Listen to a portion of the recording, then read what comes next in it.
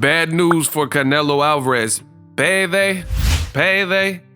You want payday? I know that.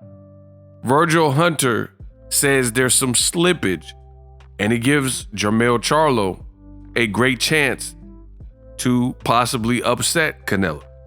That's what I want to talk about in this video. What up, Fight World? It's your boy Ego, and I'm back with some more boxing. Now, I just watched an interview from Fight Hub TV with Virgil Hunter. Now, before I get started on what Virgil Hunter had to say about Canelo Payday, I gotta say this, and I posted this on my Twitter. If you follow me, you would have seen it. Virgil Hunter needs his flowers. I think just listening to this interview and the breakdown and how eloquent he was putting it, I think Virgil Hunter deserves more praise and more props for his contributions to the world of boxing.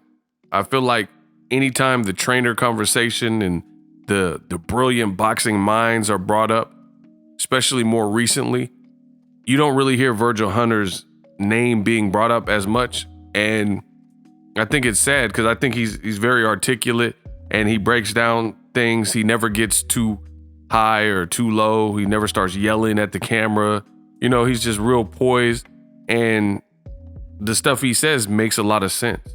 So he's breaking down the Canelo Charlo fight, which is happening September 30th on Showtime pay-per-view, and I can't wait for it. Jermell Charlo's moving up 14 pounds. He does, admit that there's some danger level there, but he said, and I'm just paraphrasing because you guys can watch the full interview, but he basically said there's danger by moving up, and Jermell Charlo has to be cautious in terms of moving back down to try to fight a guy like Crawford, right? And if you want me to make a separate video about that topic, put Charlo weight in the comment section. And that's how I give you guys these keywords. And when you guys all use this certain keyword, then I can look in the comments, and if enough people say it, and I see Charlo weight, WEIGHT, Charlo weight, and then that will inform me to make a video about moving back down to potentially fight Crawford at 154 pounds and what Virgil Hunter was saying. But regarding the fight with Canelo, he's saying there's some danger, but he believes that Jermell Charlo has the frame where he can move up and he can stack up and put the extra bulk on, and it won't be too much of a big deal. And he says he gives Jermell Charlo a great chance to dethrone Canelo Alvarez. And he basically said because he believes Canelo Alvarez is slipping. He thinks there's been some slippage from Canelo. And he says when you earn a lot of money, you make a lot of money, it can make people do some funny things. And he thinks that is the case. He also, and I actually respect the fact that he brought this up, because a lot of times you have boxing trainers, and especially with a guy like Canelo, who's, a big name, popular, and, just one of the faces of boxing or whatever, a lot of people won't say the real, even though we all know it. Some people won't get on wax and say it, but I respect Virgil Hunter saying it. He brought up, and it looks like Canelo looks like he likes to party. And I think that's an underrated comment, and not enough people have talked about it. I know I have on my channel. I've talked about it. And this is the thing. Some people will say, oh, Ego, you're nitpicking. I'm not nitpicking, but I do come from the old school, and I think fighters need to live a fighter lifestyle. Your window of opportunity as a fighter is usually pretty short. There's a couple things you can do: take care of your body, have no injuries, and not put poison in your body, different things like that to extend your shelf life. Have a defense. That's a big one. Make sure you're a well-rounded fighter. Like Floyd Mayweather says, I got all my faculties. I want to be able to talk to my kids and things like that. So just being a complete fighter will help extend your shelf life instead of just being like offensive and you have no defense. You're just taking a bunch of punches. But that being said, call me old school or whatever. I think fighters, if you already have a certain amount of time in this game, as is, just because, it's not even just boxers, it's any type of athlete. So if you have a shelf life, why would you want to if anything, you would, with modern medicine and sports science and stuff, you should want to increase and extend that and not shorten it. But unfortunately, boxers particularly, when you become a champion especially, and you're on top of the world and, you know, you have that tough guy or whatever, you got women, all types of distractions, you're making a lot of money, you have a champion, you have belts, these types of things, you get a lot of these guys get entourages and start partying. It's like the Marvin Hagler quote, it's hard to get up at 4 a.m. in the morning and, you know, run 6 to 8 miles in silk pajamas. And that's the reality of it.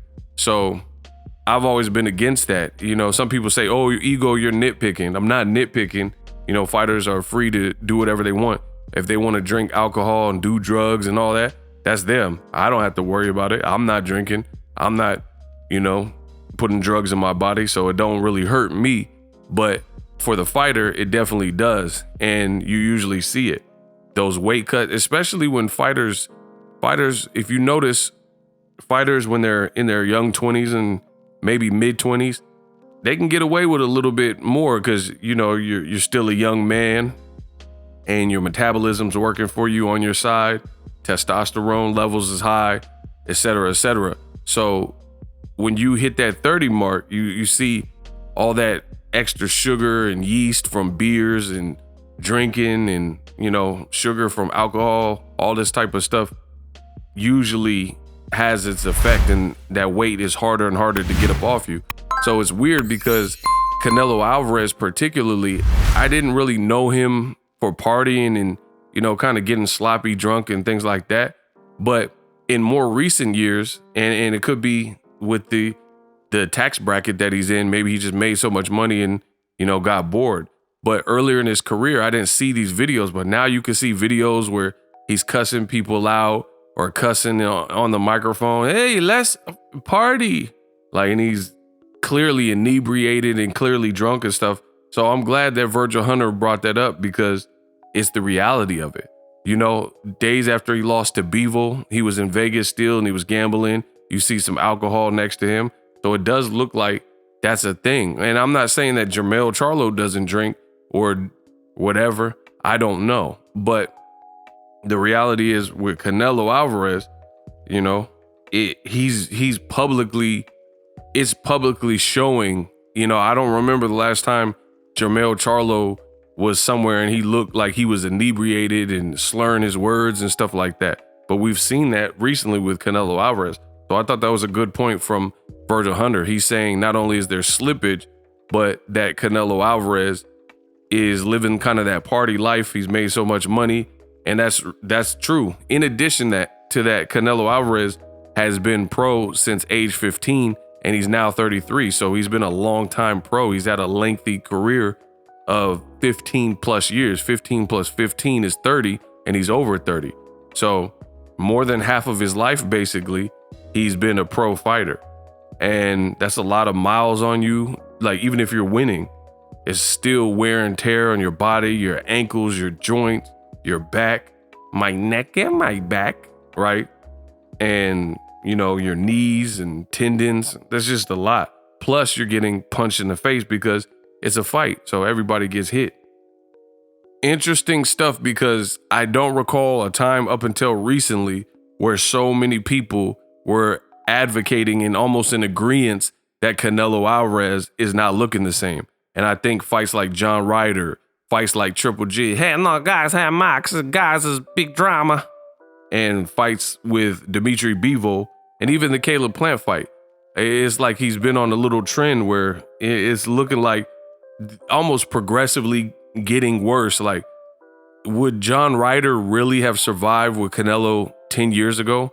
You know what I mean? Especially in Mexico. Like, they're fighting in Europe. He literally fought in his backyard and couldn't do away with a guy with a broken nose and short, you know what I mean? And just a guy who's not really world-class experienced and stuff like that.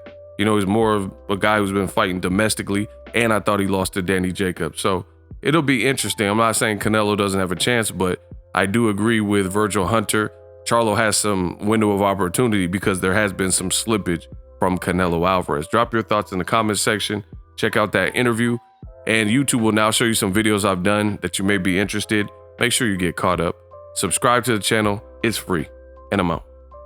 Introducing Super Thanks. Right here on the official Boxingego YouTube. Super Thanks allows you, the viewers, to show a little bit of extra gratitude, which enables me as a full-time content creator to push out the content you need in the world of boxing. Underneath all the videos, you will see a heart with the $sign in it. You can enter any amount that you find suitable as a super thanks. A brand new, interactive, and colorful way to get your comments highlighted and noticed by not only myself, but other people on the YouTube platform. Super thanks, a unique and cool way to show and applaud us full-time content creators. Hopefully you guys enjoy the content. Super thanks.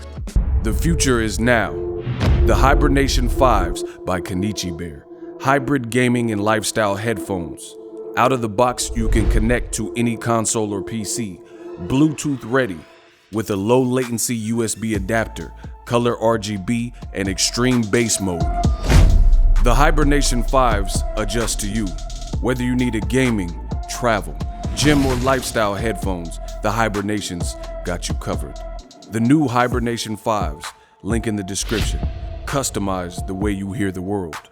Welcome to the nation. Are you tired of your YouTube videos not getting any views? Well, consider TubeBuddy. I've used TubeBuddy for years to scale up my YouTube channel. Now we're sitting over 200,000 subscribers. TubeBuddy is a browser extension that offers a ton of built-in productivity and time-saving services to take your channel to the next level. Use my link in the description to get started with TubeBuddy and level up your channel faster. We working.